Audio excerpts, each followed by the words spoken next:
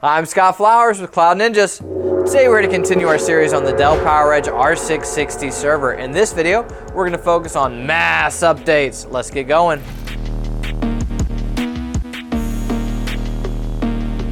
Hey, thanks for stopping by today to learn a little bit more about the Dell PowerEdge R660 server.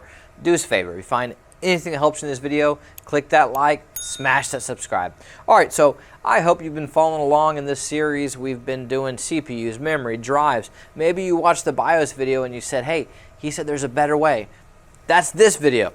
And this is how we actually recommend updating your BIOS, and it's called mass updates. And so what we're going to do first is we are going to show you how to access Dell's network share folder. It's on their website. And then we're literally just going to select the updates we want to do, and then we're going to show you step-by-step instructions on how to run them. And it's super simple. And it's one of the things that we highly encourage and recommend.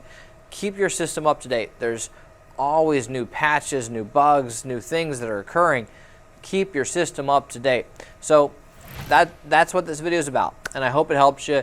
And if it does, click the like, man. Smash the subscribe. Let's go. Hey, it's Mason with Cloud Ninjas, and today I'm going to be showing you guys how to run mass updates for your server, along with step-by-step instructions on everything you need to know. First, boot up your server, and during the post, you will press F10 to get into the Lifecycle controller. Navigate to the settings, and on the right, click Network Settings. This is important for us to make sure that our server is connected to the internet. Select the port that you want to configure. Then go down to IPv4 network settings and change the IP address source to DHCP. Once that is changed, we can click on Finish at the bottom right to save our network settings. And once you're back into the Lifecycle controller, navigate to Firmware Update. And on the right, select Launch Firmware Update. Then select Network Share, CIFS, or NFS, or HTTP, or HTTPS server. Then click Next on the bottom right of the screen. If you haven't configured the network settings, it will prompt you to configure the network settings.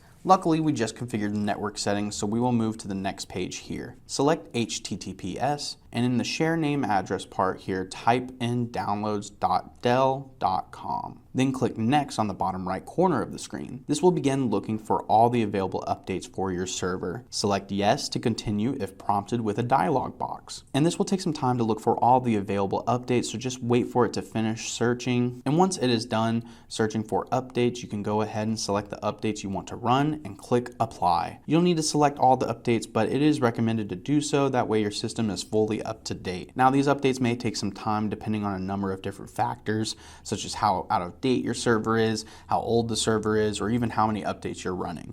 With newer systems, they don't take a lot of time, but when you're using the 12th gen or 13th gen, they do take hours. Typically, we'll leave them running overnight just so the updates can complete successfully. Once the update has finished, your server will reboot, and there you go. You've done it.